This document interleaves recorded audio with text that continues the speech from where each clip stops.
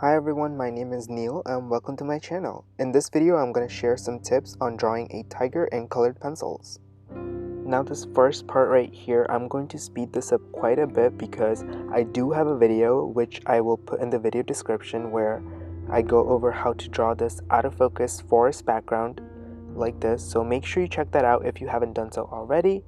And in that video, I do give you quite a lot of tips on how to create this out of focus background, so make sure you check that out. Now, before you start your drawing, it is important to make sure that your outline is drawn accurately. Once you start with colored pencil and you realize that an eye is drawn out of proportion, there's not much you can do to fix it at that point, and it will be more difficult to adjust that later on. So before starting out your drawing, just make sure your drawing is accurate. I'm starting with the eye in this drawing because I like to draw that first. It gives me a starting point and I don't know, it just brings the life into the subject. But you can start anywhere you want. You don't have to start with the eye. For the eye, I'm using black for the darkest area along with gray and light brown. After working on the eye, I'm blocking in where the black stripes are going to go. I'm making sure that I'm looking at the reference photo and following the direction of the fur. I don't want the stripes going in the same direction, otherwise it will not look natural. I'm also making sure that I have variation in the length of the fur and paying attention to where it curves. I'm looking at the photo multiple times to make sure all these things are going where they're supposed to go. After blocking in the stripes, I'm going to break this drawing down into smaller sections and work on one area until it is almost complete, and then move on to the other area. This way the drawing doesn't seem overwhelming, and I'm just using the black stripes to decide how to divide the drawing into smaller sections. For the orange fur of the tiger, I use several shades of oranges and brown colors. The exact color will vary depending on the color pencil you're using. In this case, I'm using Prismacolors and Polychromos for this drawing. I will list all the supplies I'll be using in the video description. Remember that if you're building colors by layering, you want to use a very light hand when applying the colored pencils. If you push too hard with the colored pencils from the beginning, you'll damage the tooth of the paper and it will not allow you to layer anymore.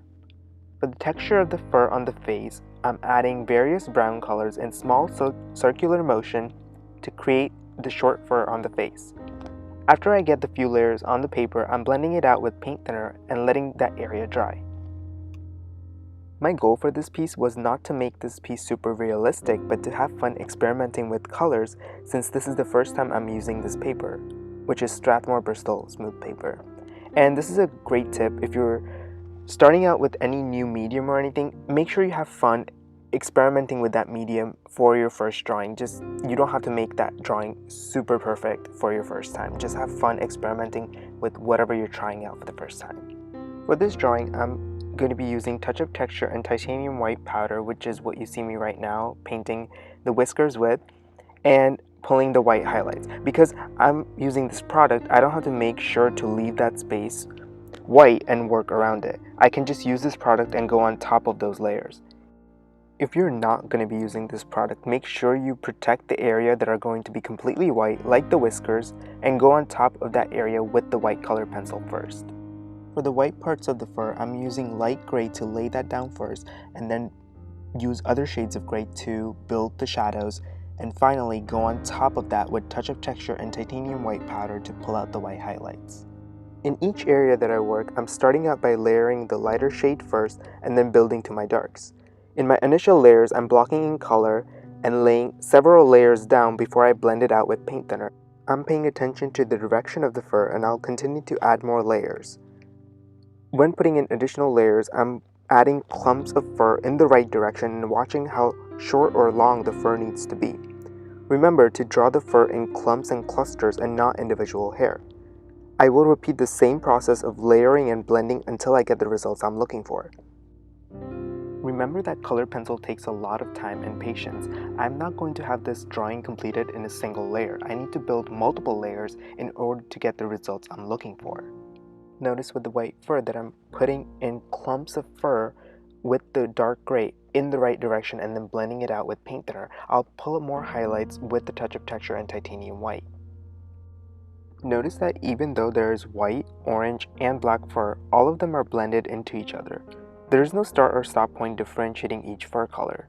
For example, if I want to go from black fur to orange, I'm going to use darker shades of oranges and brown next to the black and blend that into the black edges to make that transition. I'm not going to go from just black to orange and then have that start and stop point between the two fur colors.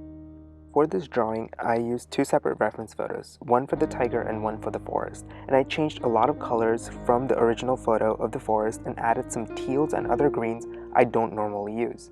In order to make sure the tiger was in the forest and it felt like it was part of the drawing, I had to pull some greens into the fur. So for my final step, I added some green into the shadowed areas of the white fur, and this made it look like it was part of the drawing and it was in the forest. Now this might seem a little bit more challenging to introduce background colors into your subjects if it's not already part of the reference photo. But if you're combining multiple reference photos, you want to add other colors into your subject to make it feel like it's part of the painting. Adding in some final details, and that is it for this drawing. I hope you guys like it. Again, my goal was not to make this drawing super realistic or anything, but just have fun experimenting with this paper and some other colors that I don't normally use. If you enjoyed this tutorial, then make sure you give this video a thumbs up and hit that subscribe button and the bell icon so you don't miss out on any of the notifications for my future videos. And if you want to follow my in-progress shots of my artwork, you can follow me on Instagram and Facebook. I'll leave the links in the video description. Until next time, bye.